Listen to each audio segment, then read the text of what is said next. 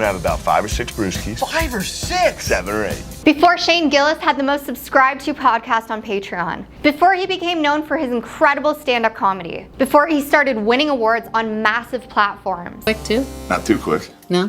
Before he amassed a following on Instagram of 1.7 million. Before he released his debut comedy special, Shane Gillis, live in Austin on YouTube, which has now been viewed over 6 million times. And before he partnered with Booklight Entertainment and Outback Presents to produce and release Gilly and Keeves, the special. Who was Shane Gillis and what is his story? Some guy in a board meeting, like, I got an idea.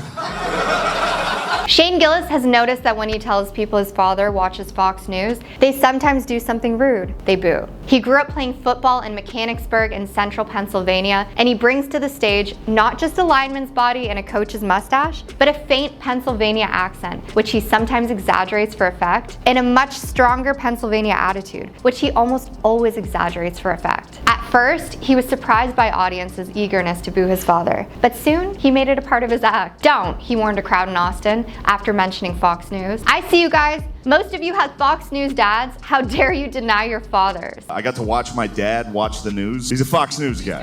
Fox News dad. Growing up in Mechanicsburg, he was known as an all-American big guy who liked to drink beer. And at 34, he works hard to maintain this reputation. Over the summer, he appeared in a drinking game podcast hosted by Barstool Sports. Gillis, wearing a Phillies jersey and face paint that resembled an Eagles helmet, helped his team win by downing something like 16 beers in 63 minutes. 48 hours later, he was horizontal on his couch in Astoria. I kinda hate myself right now, he said. My girlfriend's out of town for like a week, so the place is trashed. He was actually using comedy to distract himself from how lousy he felt. Shane Gillis's career began less than a decade ago, when he was living in Philadelphia and performing at Helium. I bombed at Helium.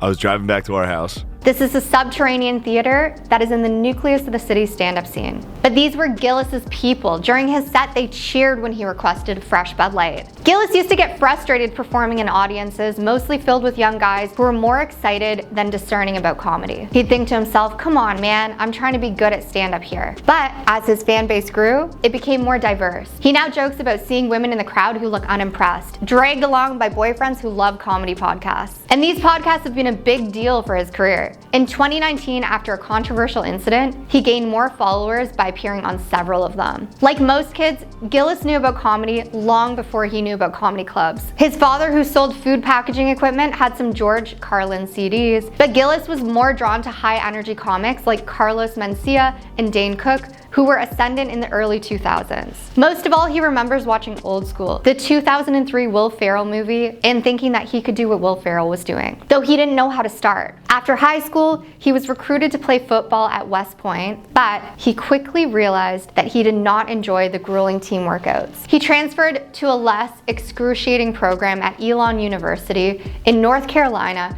where he spent a year practicing with the team and neglecting his studies. He was asked to leave, and he found himself back at his parents' house, going to community college and washing dishes. Gillis eventually earned a degree in history from West Chester University outside Philadelphia, where he started doing comedy at a local bar. He learned first that it's a bad idea to go up with nothing prepared. He worked for a while selling Hondas, and he spent 6 months teaching English in Spain. But he was obsessed with stand-up. And gradually, he learned to command a room. In the summer of 2016, he won the annual Philly's Funniest competition, which was about as far into the future as he had planned. People from beyond Philadelphia began to take notes, including Dan Soder, a comic and an actor who met Gillis at Helium and eventually took him on the road as his opening act. It seemed to Dan Soder that Shane Gillis was already fully formed. Shane performed on November 8th, 2016, as it became clear that Trump had been elected president. People were like crying on stage, he said. So I went on and I was like, we're back, dudes. White dudes are back. Let's go. Like, obviously an insane thing, but people were mad, which I guess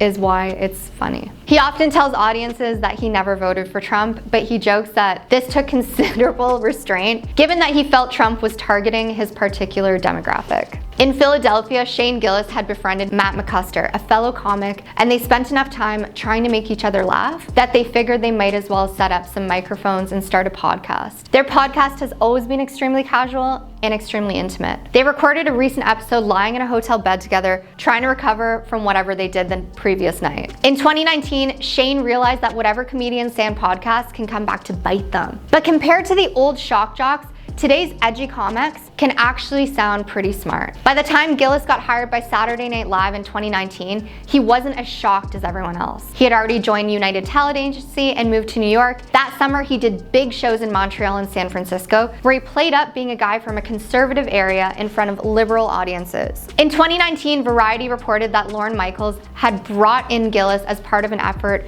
to appear to more conservative viewers. Lorne Michaels denies this, but he allows that Shane Gillis does provide a different point of view. During the pandemic, Gillis decided to bring his Trump impersonation to the screen. He teamed up with his comedian buddy John McKeever from Philadelphia and spent their own money to film 12 sketches. One of them being Trump speed dating, where Trump is dropped into a speed dating event, has racked up over 2 million views on YouTube. No one here is gonna go on a date with you. There'll be no problem there. They called their show Gilly and Keeves, and now they filmed a second season, which they plan to sell online. Shane Gillis is loved worldwide. He has achievements that we all dream of. He overcame obstacles, and he had to continue to break barriers. Controversial, brilliant, witty, all-American, and passionate. Love him or dislike him, you've got to admit that his journey is a fascinating one. What do you guys think? Don't forget to like and subscribe. We have tons more of your favorite greats coming, and we would love to hear your thoughts. We read all of the comments. Thank you for sticking around. I hope you have an incredible day.